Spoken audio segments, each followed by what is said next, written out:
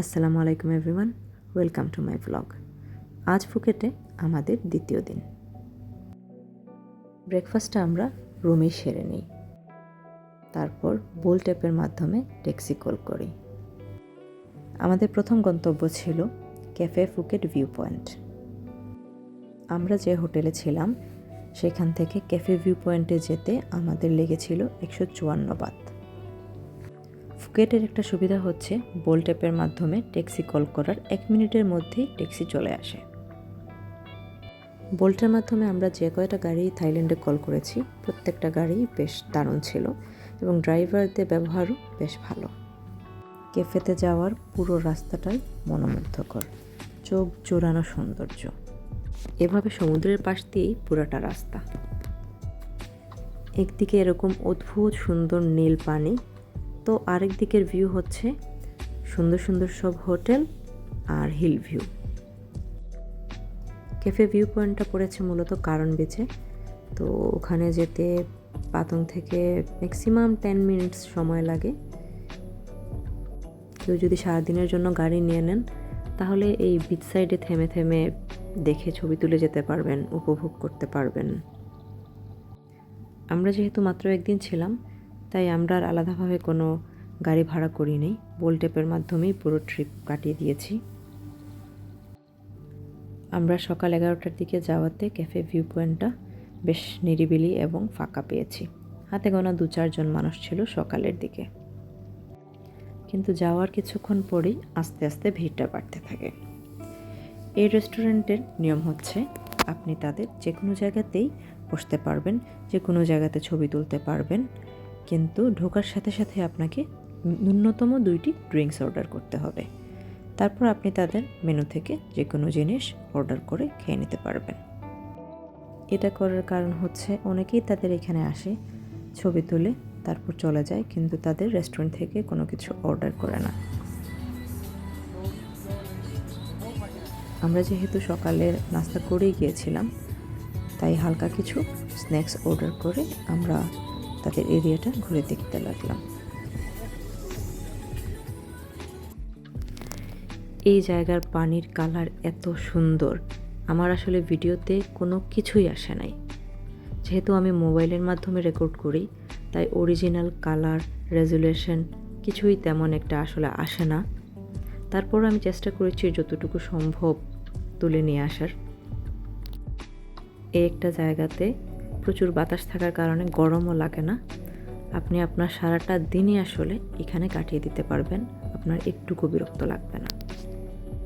আর এখানে ওরা এমনভাবে সাজিয়ে রেখেছে, এতগুলা ফটো বুথ তৈরি করে রেখেছে যে কিভাবে আপনার ঘন্টা 2 কেটে যাবে এখানে ছবি তুলতে তুলতে কিংবা একটু বসে উপভোগ করতে, আপনি টেরই পাবেন না। এটা আসলে একটা মাস্ট ভিজিট প্লেস। ফুকেট আসলে আমি সাজেস্ট করব যে ক্যাফে ফুকেট ভিউ পয়েন্ট এই রেস্টুরেন্টটা অবশ্যই ঘুরে যাবেন।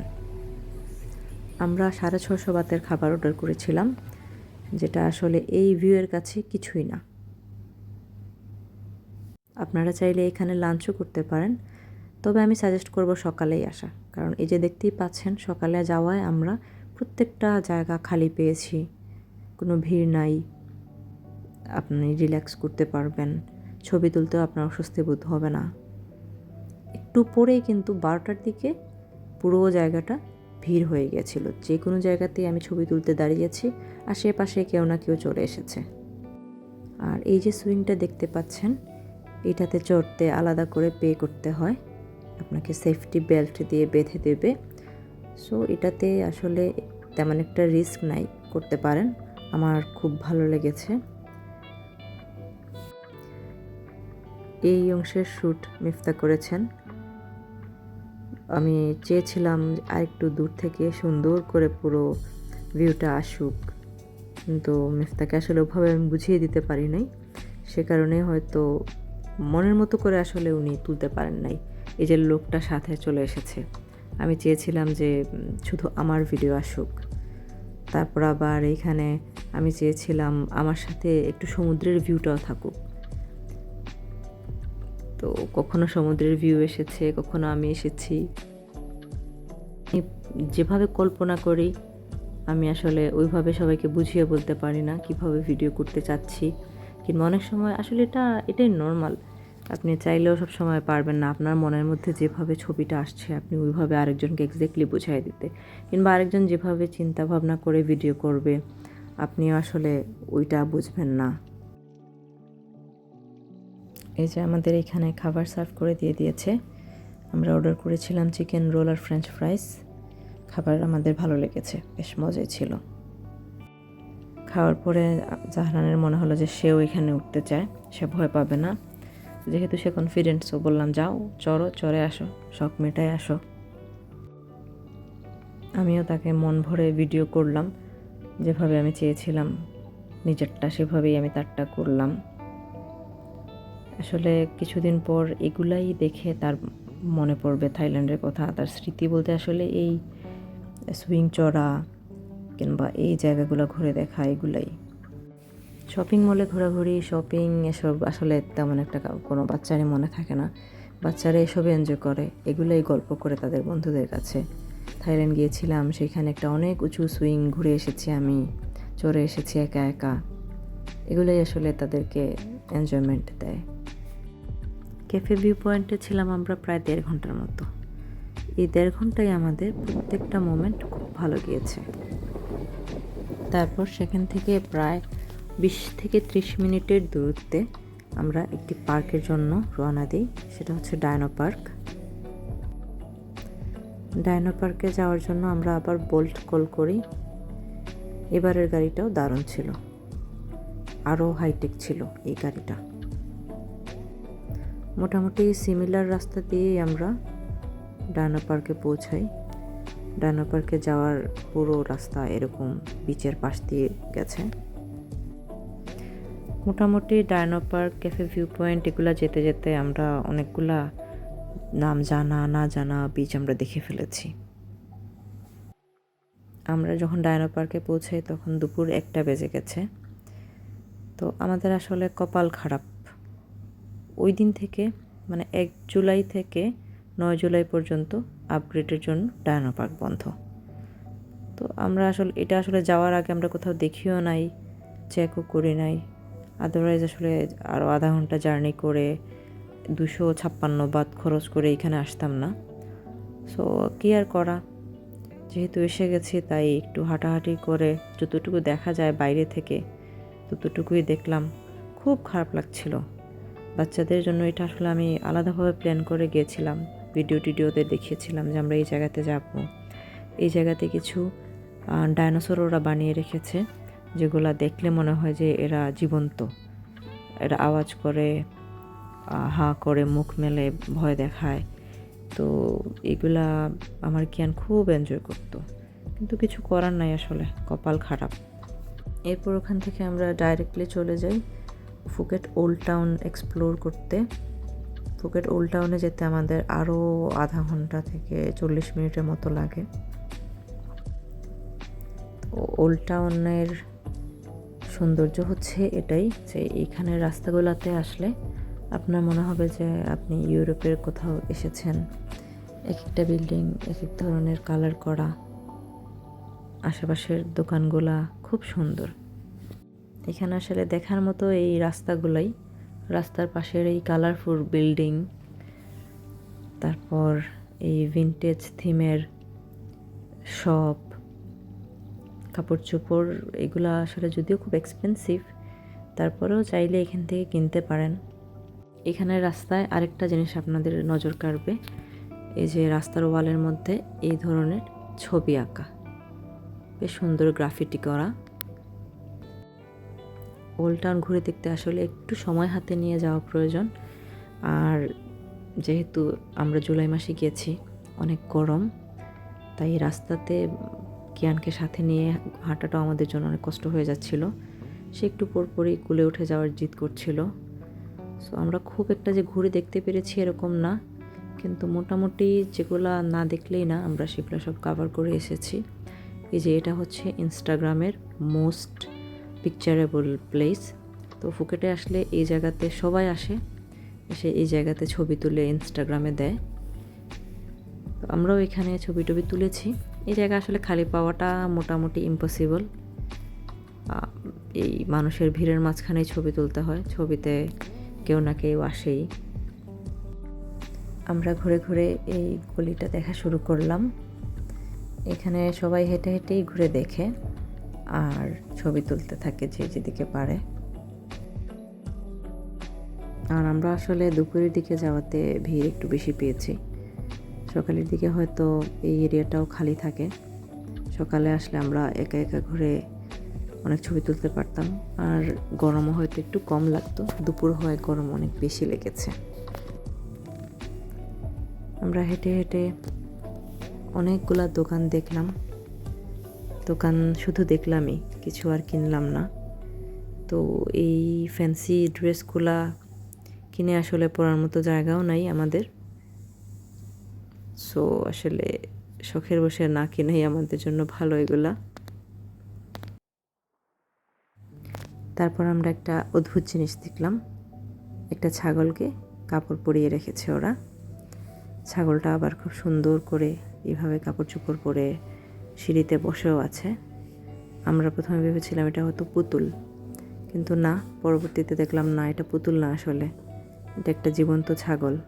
হয়তো গরমে কাহিল হয়ে এভাবে শুয়ে আছে।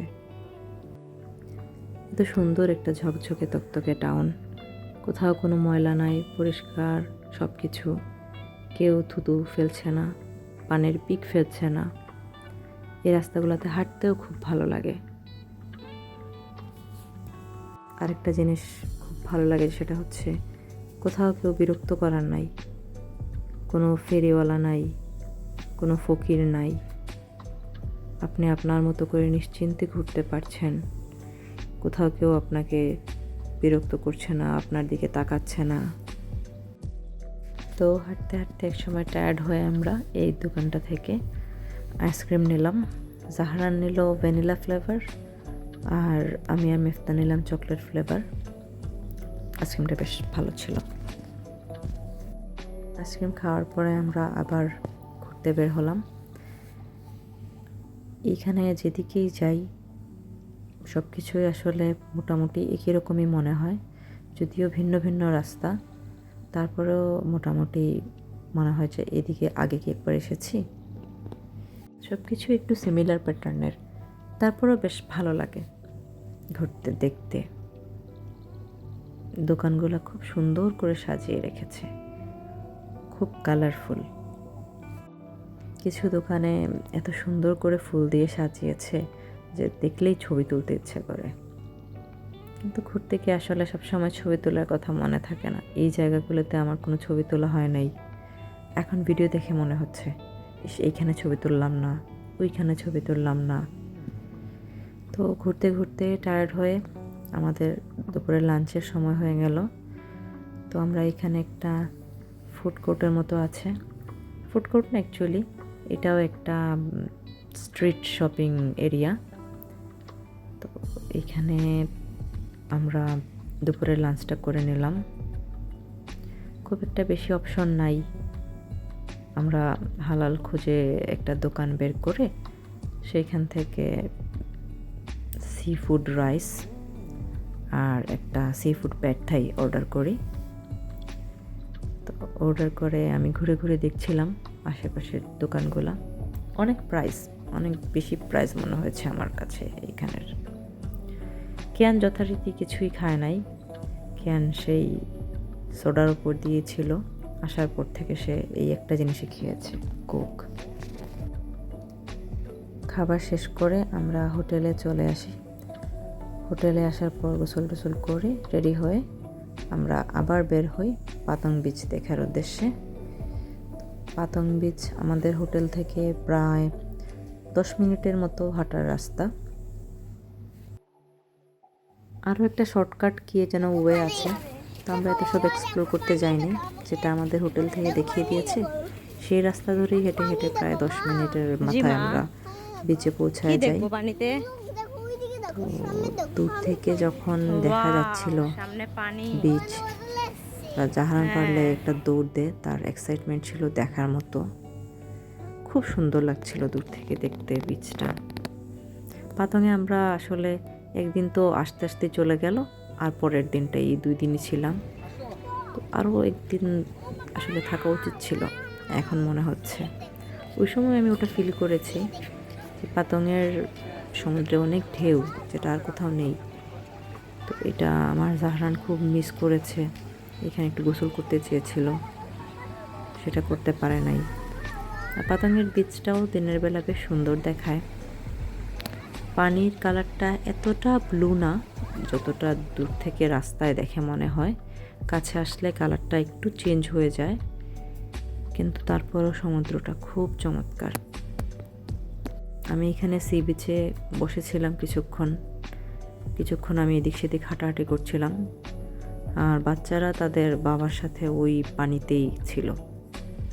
যত সময় ছিলাম আমরা, তারা প্রায় ঘন্টা 2-1 মতো সি বিচে ছিল, পানিতে খেলা করছিল। কিয়ান আবার বালিতে হাঁটতে রাজি না, তার পায়ে বালি লেগে যায়, তো সে ফাল দিয়ে কুলে উঠতে চায়। তাকে মোটামুটি তার বাবা জোর করেই নিয়ে পানিতে ভিজিয়েছে। আবার পানিতে নামার পর সে উঠে আসবে না, সে পানিতেই থেকে যাবে। ওরা খুব এনজয় করেছে সমুদ্রে। জাহরান তো আমাকে বারবার জিজ্ঞেস করছিল, মা আমরা সমুদ্রে কখন গোসল করব? আমরা কি শুধু এইভাবে দেখবো, এইভাবেই পা ভেজাবো, গোসল করব না? তো ওরা আমি যখনই বলি যে আমরা তো কাল ফিফি আইল্যান্ড যাব, ওখানে 3 দিন থাকবো, 3 দিনের 3 দিনই তুমি পানিতে নামিও, ঘন্টার পর ঘন্টা তুমি গোসল করিও, কোনো অসুবিধা নাই। কিন্তু ওর আসলে মন বোঝে না, সে ঘুরে ফিরে এসে এখনই নেমে যাবে, আজকেই নেমে যাবে, অধৈর্য হয়ে যায়। এখানে অনেকেই পানির আশেপাশে ঘুরে রিলস বানাচ্ছিল, কেউ কেউ আমাদের মতো জাস্ট ঘুরে দেখছিল।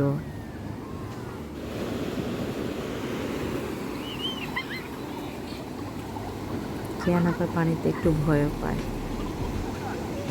একটু ভিজে গেলেই সে আবার তার বাবাকে জড়ায় ধরে পাড়ে চলে আসতে চায়। এই হচ্ছে আমার থাইল্যান্ডে যাওয়ার প্রথম দিনের অবস্থা। থাইল্যান্ড থেকে আমি পুরো কালো হয়ে এসেছি, মুখে অনেকগুলা মেস্তার দাগ পড়েছে। যতই সানব্লক ইউজ করি না কেন, কোনো লাভ হয় নাই, অনেক সানবার্ন হয়েছে আমার। যে দূরে দেখা যাচ্ছে ওইদিকে প্যারাসেলিং হচ্ছে। আমরা হেঁটে হেঁটে সমুদ্রের পাশ দিয়ে এভাবে ওই প্যারাসেলিংয়ের জায়গা পর্যন্ত যাই। মিফতারা সমুদ্রের পাশ দিয়ে হেঁটে যাচ্ছিল, আর আমি ওই পাশের যে রাস্তাটা গেছে সেটা দিয়ে যাচ্ছিলাম। বালিতে হাঁটার থেকে আমার কাছে রাস্তা ধরে হাঁটাটাই সহজ মনে হয়েছে। আর এইদিকের এরিয়াটাও বেশ সুন্দর। এই যে গাছগুলো দেখছেন, গাছের নিচে এভাবে টুরিস্টরা বসে আছে। আশেপাশে অনেকগুলা ছোট ছোট কার্টের মধ্যে খাবার নিয়ে বসেছে। এগুলো দেখতেও আমার অনেক ভালো লাগছিল। এগুলাতে হাঁটলেও মানুষের বেশ ভালো সময় কাটবে। তো আমি এদিকে রাস্তা দিয়ে হেঁটে হেঁটে ভিডিও করলাম, আর জাহরানরা পানি ঘেঁষে হেঁটে হেঁটে দেখছিল। এই জায়গা থেকে মেইন যে পাতং বিচটা আছে, পাতং বিচে সাইনবোর্ড লাগানো এরিয়াটা, ওইটা আসলে হেঁটে গিয়ে আরও 10 থেকে 15 মিনিট দূর। আমরা এদিক থেকে হেঁটে হেঁটেই আমরা ওই পাতং এরিয়াতে চলে গিয়েছিলাম।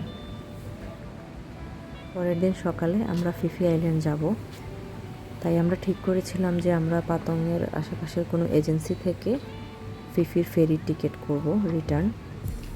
তো আমরা এই কারণে আসলে ওই হেঁটে হেঁটে মেইন পাতং বিচ এরিয়াতে যাই। এখানে অনেক বেশি প্যারাসেলিং হয়, প্রত্যেক মিনিটেই কেউ না কেউ উপরে উঠছে আবার নেমে আসছে।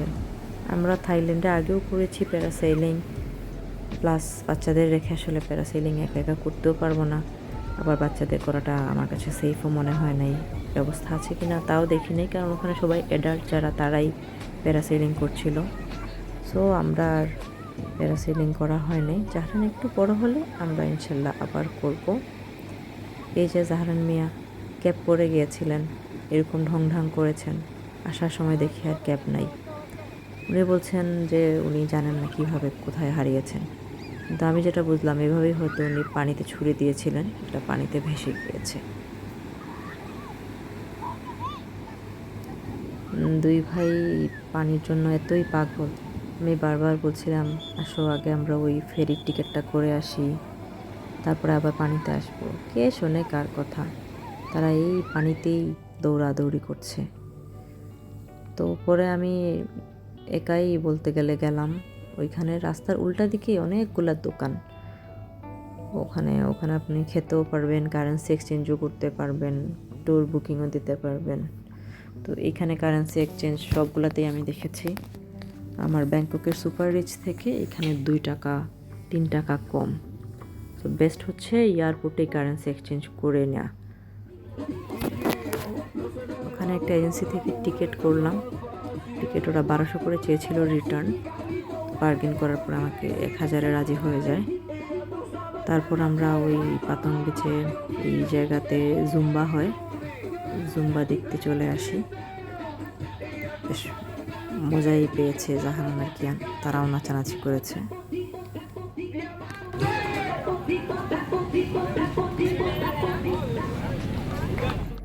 তারপর আমরা পাতাং বিচের ফেমাস বাংলা ওয়াকিং স্ট্রিটের দিকে হাঁটা ধরি। তো এই জায়গাটা সবসময় জমজমাট থাকে। সন্ধ্যার পর থেকে আসলে এই জায়গাতে ভিড় জমা শুরু হয়। রাত যত গভীর হতে থাকে ততই এই জায়গায় ভিড় বাড়তে থাকে। আর এখানে কি হয়, কীরকম পরিবেশ থাকে সেটা তো আসলে সবার জানাই আছে, আলাদা করে কিছু বলার নাই। আমরা খুব একটা ভেতরে ঢুকি নাই, অল্প একটু হেঁটে যাওয়ার পরেই আমাদের মনে হয়েছে যে আসলে জাহারানের জন্য এর বেশি যাওয়াটা ঠিক হবে না। তাই আমরা হোটেলে ফিরে আসি। 150 বাত লেগেছে, বোল্টের মাধ্যমে চলে এসেছি আমরা হোটেলে। আসার সময় আমি ফ্রুট কিনে নিয়ে এসেছিলাম। হোটেল রুমে বসে আমরা ফ্রুট খেয়ে তারপর আমরা হোটেলের যে রেস্টুরেন্ট সেটাতেই রাতের ডিনারটা সেরে নিয়েছিলাম। আমি আর জাহরান অর্ডার করেছিলাম পিৎজা, আর মিফতা একটা sea food fried rice order করেছিলেন। এই তো এভাবেই আমাদের দিন শেষ হয়। আমার ব্লগটাও এখানেই শেষ করছি। সবাই ভালো থাকবেন। আল্লাহ হাফেজ সবাইকে।